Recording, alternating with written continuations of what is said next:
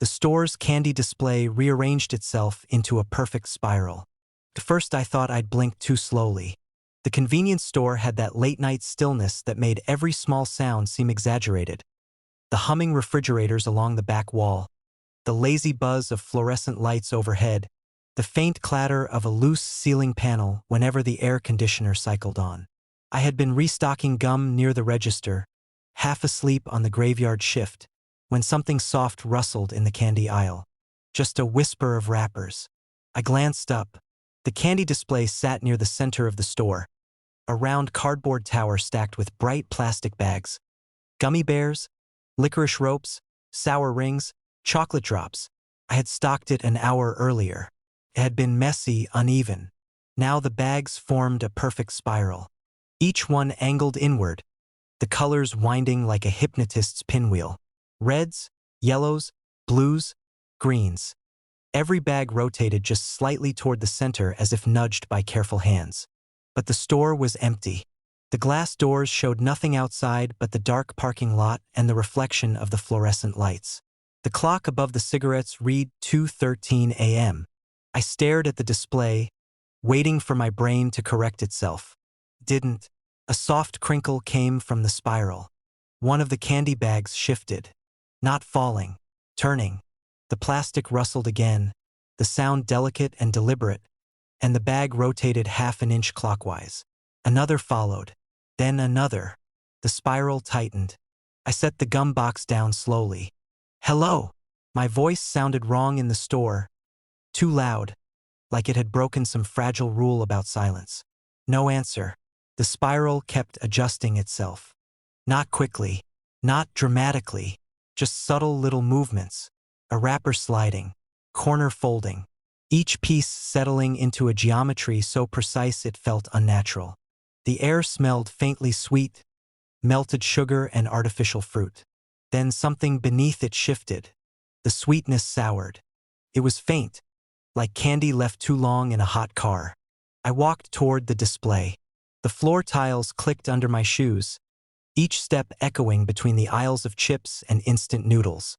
The refrigerators hummed louder as I moved deeper into the store, like the building itself was listening. The spiral was beautiful up close. That was the unsettling part. Every wrapper angled inward perfectly, their glossy surfaces catching the dim fluorescent light in repeating patterns. The center of the spiral wasn't empty. It held a single chocolate bar standing upright like a marker. I didn't remember putting it there. The rustling stopped when I reached the display. The spiral was complete. I crouched beside it, trying to find the trick. Maybe the cardboard tower was warped.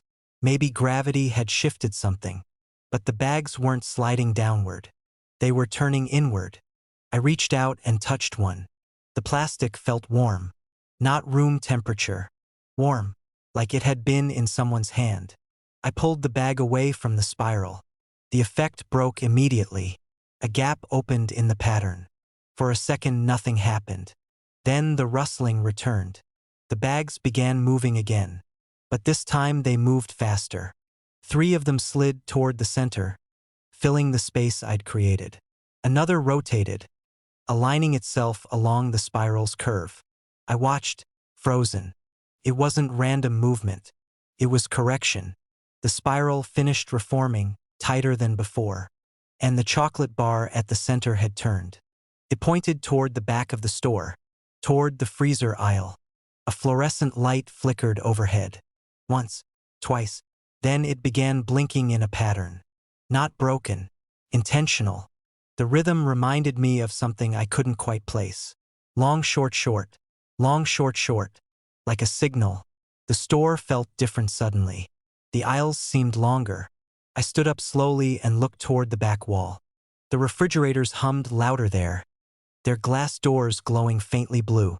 But the distance felt wrong. The aisle stretched farther than I remembered. I'd worked nights here for 2 months. The store had never felt this deep. Behind me, the candy wrappers rustled again. I turned. The spiral had changed. Not its shape, its direction. The curve now pointed more sharply toward the freezer aisle, the chocolate bar leaning slightly in that direction like a compass needle. The smell of sugar had turned sharper. Sour. almost fermented. I took a step back. The lights flickered again. Long, short, short. Long, short, short. Something in my chest tightened. That rhythm. I remembered where I'd heard it. The old emergency signal we'd practiced during a fire drill at school. Follow the lights. Find the exit.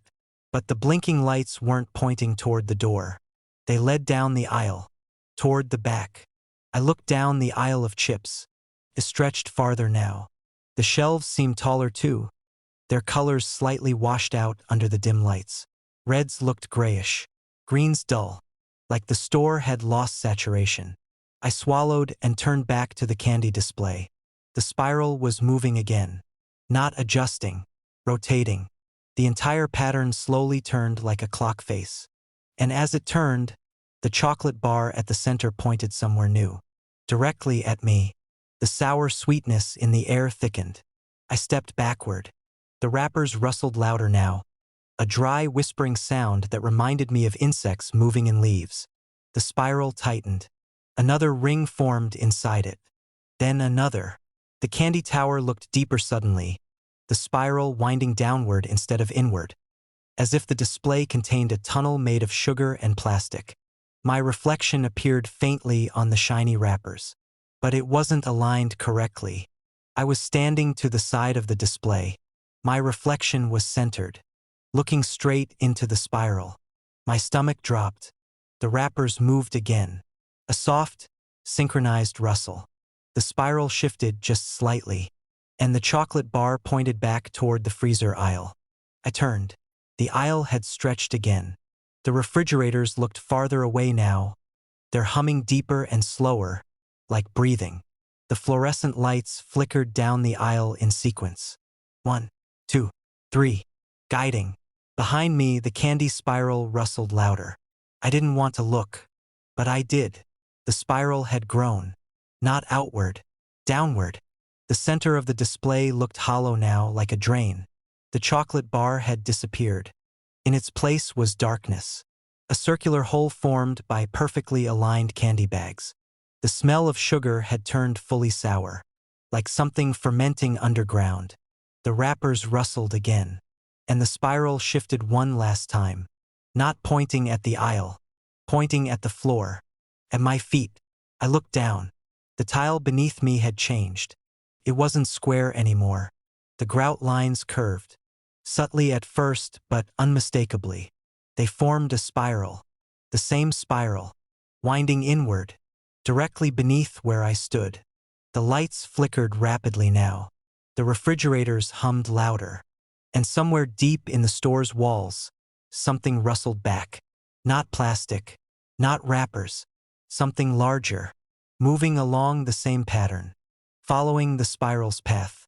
I stepped away from the tiles, heart pounding. The spiral in the candy display began rearranging again. But this time it didn't tighten.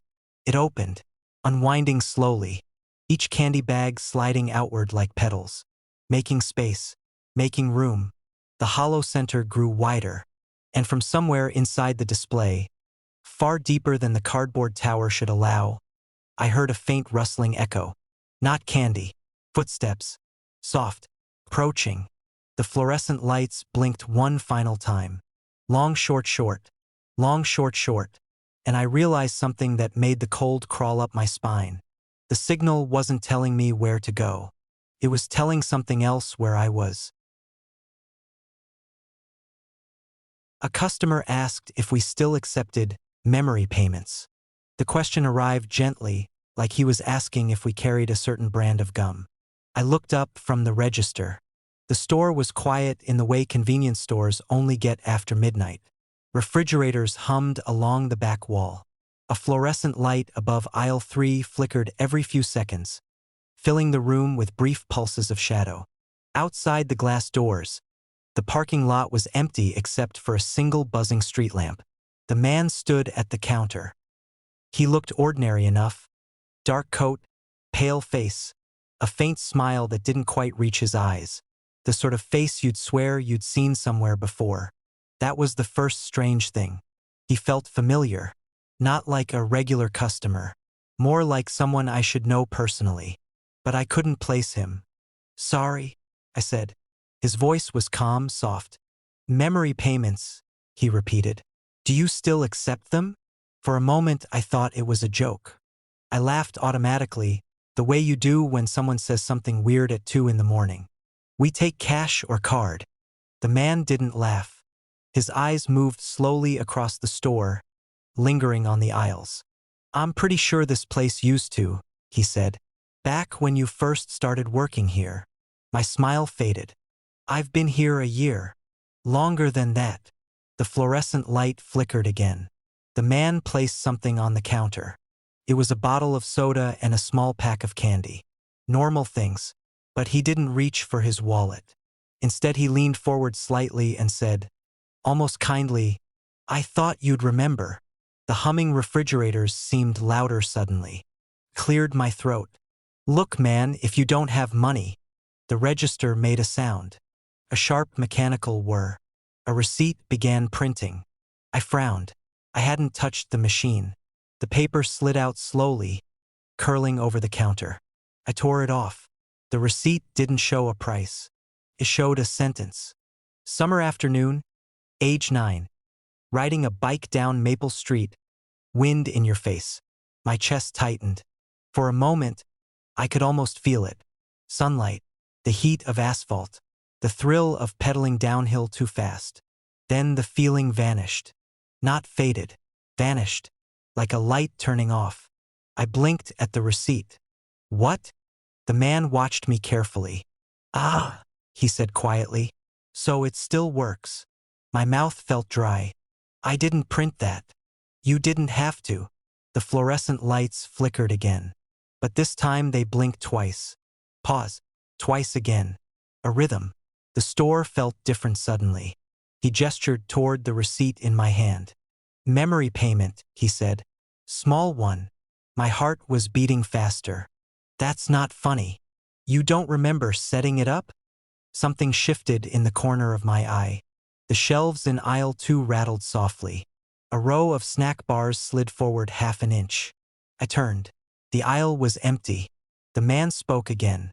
You used to be very good at it. My voice came out sharper than I intended. At what? Pricing memories. The register whirred again. Another receipt printed. I grabbed it before it fell. Argument in the kitchen. Age 17, your father leaving. The sound of the door. The memory struck like a wave. The kitchen lights. The shouting. The slam of the door. And then, nothing. The emotion disappeared. The heaviness that had lived behind that memory my whole life suddenly felt absent, like a tooth that had been pulled. I stared at the receipt. You're messing with me. I'm paying, the man said gently. For what? The candy. The lights flickered again. This time, every fluorescent tube in the store blinked together.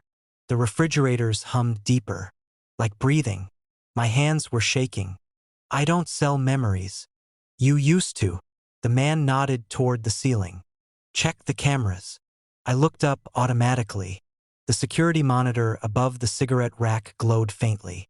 For camera feeds, the counter, the aisles, the door, and a fourth labeled archive. I'd never noticed that one before. The screen flickered. Then it showed footage. Me, standing behind the same counter. But my hair was longer. My face thinner. The timestamp read 3 years ago. A woman stood across from me, crying quietly. I watched the version of myself in the footage nod sympathetically. Then I typed something into the register. The receipt printed.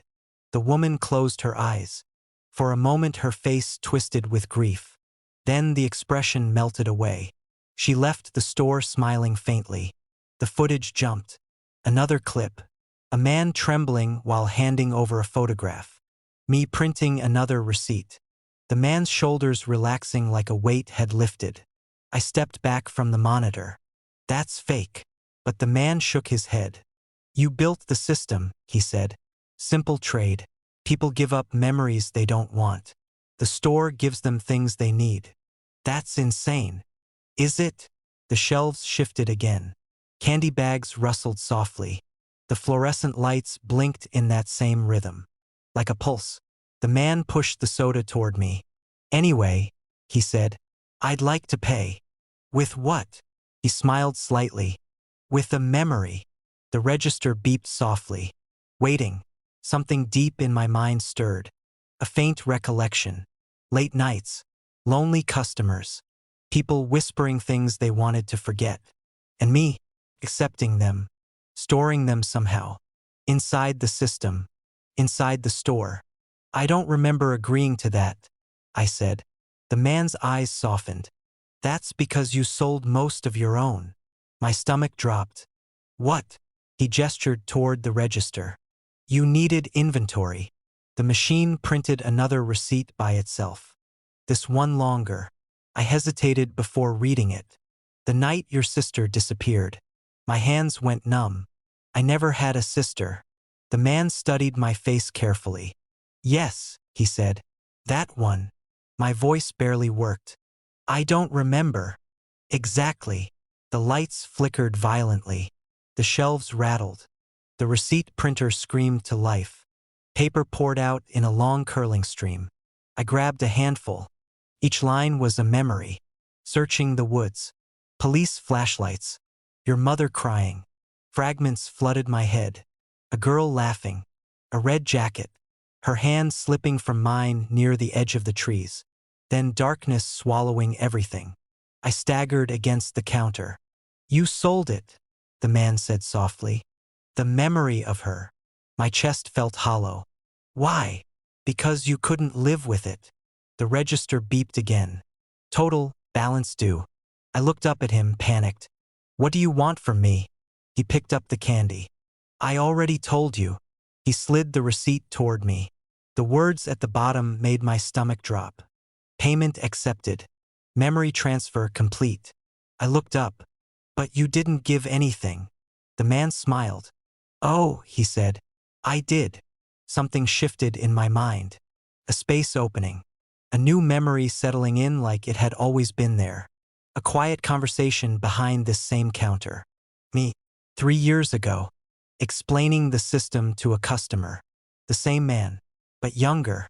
Frightened. Begging to forget something terrible he had done. And me accepting the payment. Taking the memory.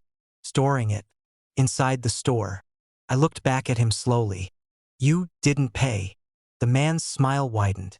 No. The refrigerators hummed louder. The lights flickered in that familiar rhythm. The shelves creaked softly. And the man said, You've been holding it for me. He leaned closer. So now the store's collecting.